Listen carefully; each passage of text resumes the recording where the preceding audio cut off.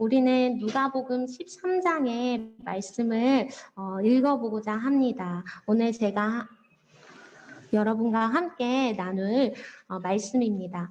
회개하면 하나님의 나라가 임하리라는 말씀으로 여러분과 함께 주님의 음성을 들어보기를 원합니다.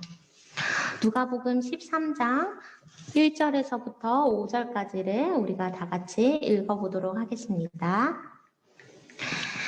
바로 그때에 몇몇 사람이 와서 빌라도가 갈릴리 사람들을 학살해서 그 피를 치려던 희생 제물에 섞었다는 사실을 예수께 일러드렸다. 제가 잘못했어요. 예수께서 그들에게 대답하셨다.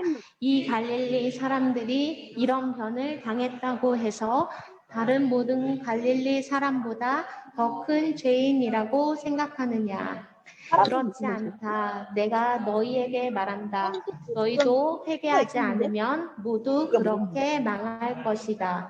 또 실로암에 있는 탑이 무너져서 치여 죽은 18사람은 예루살렘에 사는 다른 모든 사람보다 더 많이 죄를 지은 사람이라고 생각하느냐? 그렇지 않다. 내가 너희에게 말한다. 너희도 회개하지 않으면 모두 망할 것이다. 네, 제가 설교를 준비하면서 누가복음 13장을 이렇게 마주했습니다. 읽는 내내 굉장히 기쁜 마음보다는 굉장히 무거운 마음이 많이 들었습니다. 왜냐하면 누가복음 13장을 쭉 읽어 내려가면서 예수님의 강한 어조가 느껴졌기 때문입니다. 특별히 오늘 우리가 읽은 누가복음 13장 1절에서부터 5절까지의 말씀의 소제목을 찾아보니 가슴이 좀 철렁합니다. 소제목에 이렇게 기록되어져 있습니다. 회개하지 않으면 망한다. 이 문구를 듣자마자 말씀을 이렇게 준비하면서 굉장히 조심스럽고 찬찬히 말씀을 대면하려고 노력하였습니다. 그리고 사실 개인적으로 좀 불편한 이 문구가 찬찬히 말씀을 들여다보면서 회개라는 단어 안에 생명력이 있다는 것을 마주하게 되었습니다. 여러분의 삶에서 회개가 어떠한 위치에 있는지 오늘 말씀을 통해서 우리가 묵묵히 찾아보기를 원합니다. 3절과 5절을 보면 예수님은 2번이나 회개하지 않으면 모두 그렇게 망할 것이다 라고 강경하게 말씀하십니다. 도대체 사람들이 뭐라고 하였기에 예수님이 이렇게 2번이나 말씀하신 걸까요? 사람들이 예수님 앞에 찾아가서 말했습니다. 나쁜 일을 당한 갈릴리 사람들이 있습니다. 그리고 또 실로암 탑에 깔려 죽은 18명의 사람들이 있습니다. 나쁜 일을 당하거나 실로암 탑에 깔려 죽은 이 사람들이 죄가 많아서 벌을 받는 것이 아닙니까? 라고 이제 사람들이 예수님께 다가가서 말했습니다. 그들은 누가 죄인인가? 에 이제 초점을 맞추면서 예수님 앞에 판결을 바라듯이 주님, 이 사람들이 죄의 깊이가 많으니까 이런 나쁜 일을 당한 것이 아닙니까? 라고 말했습니다. 그때 예수님께서 오히려 이 사람들을 향해서 누가 죄인인가에 집중하지 말고 너희들의 삶을 살펴보아라. 너희들도 그렇게 회개하지 않으면 망한다. 너희들이 회개의 삶을 살고 있느냐? 너희들이 회개의 삶을 살지 않으면 그 끝은 죽음이다. 라고 말합니다. 회개가 무엇일까요? 가장 기본적으로 이렇게 한자로 써 있었습니다. 뉘우칠 회에 고칠 개. 한자를 보니까 직감적으로 저희가 이런 정의가 떠오릅니다. 뉘우치고 고치는 것이 회개구나. 그쵸? 저는 회개라는 단어를 들었을 때 이런 이미지를 많이 떠올렸습니다. 첫 번째, 가슴을 치며 통곡하는 거. 네. 저 고등학교 1학년 말미쯤에 예수님을 인격적으로 제가 받아들이는 순간, 영접하는 순간 가장 먼저 했던 것이 엎드려서 통곡하며 우는 것이었습니다. 주님, 제가 죄인이었군요. 라고 우리가 회개하면 이런 이미지를 제일 먼저 떠오르시지요. 말씀을 누가복음 1장부터 3절까지의 말씀을 제가 읽어보도록 하겠습니다. 그달 24일에 이스라엘 자손이 다 모여서 금식하면서 굵은 베옷을 입고 먼지를 뒤집었었다. 이스라엘 자손은 모든 이방 사람과 관계를 끊었다. 그들은 제자리에 선 채로 자신들의 허물과 조상의 죄를 자백하였다. 모두들 제 자리에서 일어나서 낮의 4분의 1은 주 하나님의 율법책을 읽고 또 낮의 4분의 1은 자기들의 죄를 자백하고 주 하나님께 경배하였다. 이것이 성경에 나타난 회개 장면 중에 하나입니다. 이스라엘 사람들이 이렇게 했다고 합니다. 자신들의 허물과 조상의 죄를 자백하였다. 그리고 하나님께 용서를 구했습니다. 어떤 사람들은 금식하면서 울기도 했고 굵은 베옷을 입고 죄를 뒤집어 쓰기도 했습니다. 이 말씀에서 보면 회개라는 것이 대체로 감정으로부터 시작돼서 분출되는구나 라는 것들이 좀 직감적으로 느껴지시나요? 회개는 단순히 우리의 잘못과 그런 이제 죄인됨을 알고 인지하고 감정으로 표출하는 것이 1단계지만 이것을 사실 넘어서는 것입니다. 두 번째 이미지가 이것입니다. 우리가 회개를 보았을 때 가슴을 치며 통곡하고 내가 죄인임을 인지하고 감정적으로 분출하지만 두 번째는 돌아오라고 하십니다. 고쳐야 합니다. 뉘우치는 것을 넘어 고치는 삶이 필요합니다.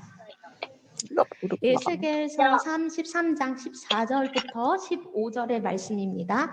그러나 내가 악인에게 말하기를 너는 반드시 죽을 것이다 하였어도 그가 자기의 죄에서 떠나 돌이켜서 법과 의를 행하여 전당물을 돌려주고 탈취한 물건을 보상하여 주며 생명으로 인도하는 규정들을 따라 살아 악한 일을 하지 않으면 그는 죽지 않고 반드시 살 것이다. 에스겔서 말씀을 통해서 회개라는 것이 단순히 죄인임을 인지하고 고백하고 그다음에 가슴을 치며 통곡하는 것을 넘어서 손과 발로 나아가는 것이구나를 저희들이 볼 수 있습니다. 예전에 개봉했던 밀양이라는 영화를 기억하시나요? 제가 신학을 한창 공부할 때 이 영화를 보고 굉장히 마음이 무거웠던 적이 있습니다. 영화의 여주인공이 자신의 이제 남편과 이혼을 하고 자신의 유일한 가족인 아들을 유괴범에 의해서 잃었습니다. 근데 그 상처가 너무 컸지만 교회를 다니면서 자신이 그 상처를 치유하려고 부단히 노력했던 모습들이 영화에 나옵니다. 그리고 나서 그녀가 내가 하나님의 은혜를 알았기 때문에 이제 그 유괴범을 용서하고 싶습니다라고 하고 감옥으로 찾아갑니다. 감옥으로 찾아가서 유괴범과 마주한 그녀 여주인공이 이제 그 뒤부터 자신의 모든 삶이 무너지는 것을 경험합니다. 그녀는 아마 이렇게 생각했겠죠. 나와 내 아이의 삶을 송두리째 앗아간 이 사람이 죄책감에 감옥에서 굉장히 괴로워하고 있겠구나. 내가 하나님의 은혜로 이 사람을 용서해야겠다라고 딱 유괴범을 마주했지만 세상 편안한 얼굴로 유괴범이 그녀에게 이렇게 얘기합니다. 하나님이 이 죄 많은 놈한테 손 내밀어 주시고 제 죄를 용서해 주셨습니다. 저는 이제 평안합니다. 저는 용서받았습니다. 그런데 당신마저 하나님을 믿게 되어 굉장히 감사합니다. 자기가 평안하다고 유괴범이 이렇게 말을 합니다. 근데 그때 여주인공이 그 뒤부터 이 유괴범을 만난 뒤부터 자신의 삶의 모든 것이 다 나락으로 떨어짐을 느낍니다. 그녀가 하나님께 나중에 교회 예배당에서 따지듯이 말합니다. 어떻게 용서를 합니까? 하나님이 벌써 이 사람을 용서하셨다는데 제가 어떻게 그 사람을 용서합니까? 어떻게 주님 그럴 수가 있습니까? 내가 용서를 해야지. 어떻게 하나님이 먼저 용서해요? 제가 이 장면을 보고 나서 이 영화를 보고 나서 내내 먹먹했습니다. 지금까지 숱하게 제가 회개를 한다고 하나님 앞에 나아갔던 모습이 이 유괴범과 같았구나. 난 하나님한테 하나님 제가 이런 죄를 지었어요. 잘못했어요. 용서해 주세요. 가슴을 치고 통곡하는 것에 머물렀구나. 근데 이것이 진짜 회개의 모습인가? 하나님께 용서를 구하고 받는다는 것은 무엇일까? 하나님은 우리를 향해서 회개라는 것은 단순히 인지하고 죄를 알고 뉘우치는 것에 그치는 것이 아니라 고치고 손과 발로 나아가야 된다. 회개에는 이런 두 가지 모습이 있다고 에스겔서에 기록하고 있습니다. 죄에서 떠나 돌이켜서 법과 의를 행하여 전당물을 돌려주고 탈취한 물건을 보상하여 주어라. 우리가 지은 죄에 대해서 책임을 져라. 죄에서 떠나 돌이켜 법과 의를 행하여 전당물을 돌려주고 탈취한 물건을 보상하여 주며 먼저 우리가 인지하고 깨닫는 순간 죄에 대한 책임을 져야 된다. 만약에 우리의 잘못이 누군가에게 피해를 줬다면 그에게 찾아가 용서를 구하고 잘못을 보상해내는 것. 용기를 내서 내 잘못에 대해 책임을 다하는 것이 필요합니다. 제가 몇 주 전에 굉장히 생뚱맞은 꿈을 꿨습니다. 저희 남편이 그건 개꿈이다라고 했는데 굉장히 아침에 제 마음이 너무 무거웠어요. 제가 알지도 못하는 누군가를 죽였어요. 꿈에서. 제 무의식에 뭐 분노가 많았나 봐요. 그 당시에 가정교육을 많이 해서 그런지 제가 누군가를 치러서 죽였어요. 근데 제가 그 꿈에서 자수를 하고 싶은데 용기가 나지 않아서 너무 괴로웠던 거예요. 그래서 제가 아침에 일어나자마자 자리에 없는 남편을 향해 여보 내가 이런 꿈을 꿨을까. 저희 남편이 별 이상한 꿈도 다 꾼다 이랬지만 근데 내가 여보 내 잘못을 인정하고 자수를 하고 싶은데 용기가 안 나서 겁을 먹고 있는 그 꿈에서의 제 모습을 보았거든요. 그래서 용서를 구하는 게 얼마나 큰 용기가 필요한가를 꿈에서 깨달았다라고 얘기한 적이 있어요. 죄에 대한 책임은 생각보다 쉽지 않습니다. 저도 누군가에게 남편에게 예를 들어 이렇게 하다 남편의 얼굴을 핥혔어요. 그 정도는 여보 미안해 괜찮아? 할 수 있어요. 근데 제가 더 큰 잘못을 저질렀을 때는 굉장히 큰 용기가 필요합니다. 그럼에도 불구하고 하나님께서는 말씀을 통하여 우리에게 뉘우치고 알았다면 이제 책임을 져야 된다. 그리고 나서 두 번째가 중요합니다. 법과 의를 행하여라. 생명으로 인도하는 규정들을 따라 살아라. 에스겔서 33장 15절의 말씀에 생명으로 인도하는 여기 밑에 써 있죠. 생명으로 인도하는 규정들을 따라 살아라 라고 하나님께 말씀하십니다. 돌이킨다는 것은 책임을 다하는 거고 그 다음에 다시는 그런 일을 하지 않도록 생명의 법을 따르는 것을 의미합니다. 그래서 죄의 법이 아니라 하나님의 법을 따라 살겠습니다. 손과 발로 책임을 다하고 생명의 법을 따라 살겠습니다. 이렇게 결심한 우리에게 하나님께서 뭐라고 말씀하시냐면 마지막 문단입니다. 그는 죽지 않고 반드시 살 것이다. 그러니까 오히려 하나님께서는 회개하지 않으면 모두가 망한다라고 해서 죽음의 메시지처럼 들리지만 사실은 회개는 생명으로 연결되는 것입니다. 하나님이 이렇게 살면 생명이 너희에게 임한다. 뉘우치고 깨닫고 돌이키는 삶에는 하나님께서 생명을 주시겠다고 약속합니다. 누가복음 13장을 저희가 이제 이번 주에 쭉 읽어 내려가다 보면 마지막 부분에 사람들이 또 한 번 예수님께 묻습니다. 주님, 구원받을 사람이 적습니까? 좁은 문의 비유로 우리가 알고 있죠. 구원받을 사람들이 그렇게나 적습니까? 어떻게 하면 구원을 받을 수 있습니까? 라는 물음에 유진 피터스는 이제 메시지 성경을 통해서 이렇게 쓰고 있습니다. 많고 적고 예수님의 말씀을 현대어로 푼 것이지요. 많고 적고는 너희가 상관할 일이 아니다. 너희는 하나님과 함께하는 삶에 전념하여라.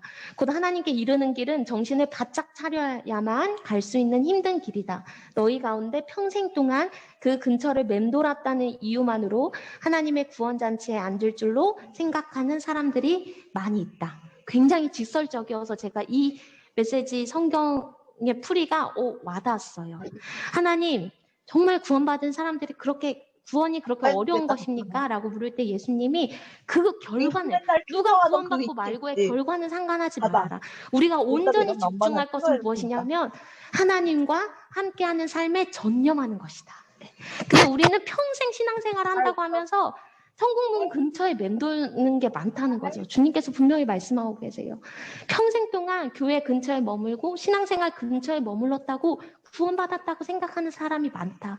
그러나 진짜 구원은 하나님과 함께하는 삶에 전념할 때 이루어진다. 그래서 이 말씀을 통해서 그때 내가 주님 제가 죄인입니다. 잘못했어요. 이제 주님 용서해 주세요라는 고백이 생각보다 단순한 것이 아니고 그냥 무릎 꿇고 감정이 복받쳐서 그렇게 말하는 것이 되게 단순한 것이 아니구나. 이것은 영혼과 연결되어져 있는 엄청난 거구나. 그래서 우리가 한 번쯤은 다시금 이번 주의 말씀을 통하여서 다시금 우리가 스스로에게 되묻기를 원합니다. 정말 나는 하나님과 함께하는 삶에 전념하고 있는가? 예수님은 이 도식에 대해서, 회개의 도식에 대해서 이렇게 한마디로 정의하십니다. 하나님의 나라가 가까이 왔다, 회개하여라. 네.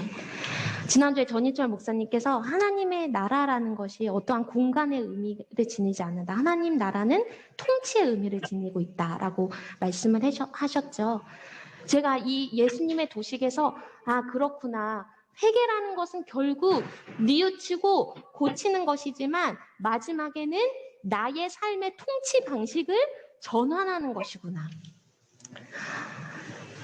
복음의 핵심이라고 말하는 사형리에서 마지막에 우리한테 이렇게 묻습니다. 예수님을 영접할 때 우리가 다 한 번쯤 고민해 봤던 거죠. 마지막에 이렇게 묻습니다. 당신의 마음의 자리, 당신의 삶의 주인에 누구를 모시겠습니까?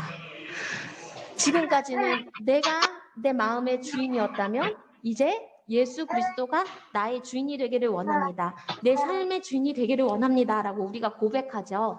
이 사형리의 마지막 고백이 바로 예수님을 향한 내 삶의 통치 방식을 바꾸는 전환입니다. 이 그림이 사실 회개의 본질이라고 생각했습니다. 누가복음 13장을 꾸준히 읽으면서 회개를 하면 하나님께서 우리에게 생명을 주신다고 했는데 회개란 무엇인가라고 했을 때 이 그림이 핵심인 것 같습니다. 내 삶의 통치 방식을 바꾸는 것. 통치 방식을 전환할 때, 그리고 내 삶에 하나님의 나라가 임할 때 우리는 뉘우치고 고치게 됩니다. 손발로 기꺼이 책임 있게 죄의 책임을 있는 삶을 살게 됩니다. 생명의 법을 따르고자 그 법을 따라 노력합니다. 그쵸?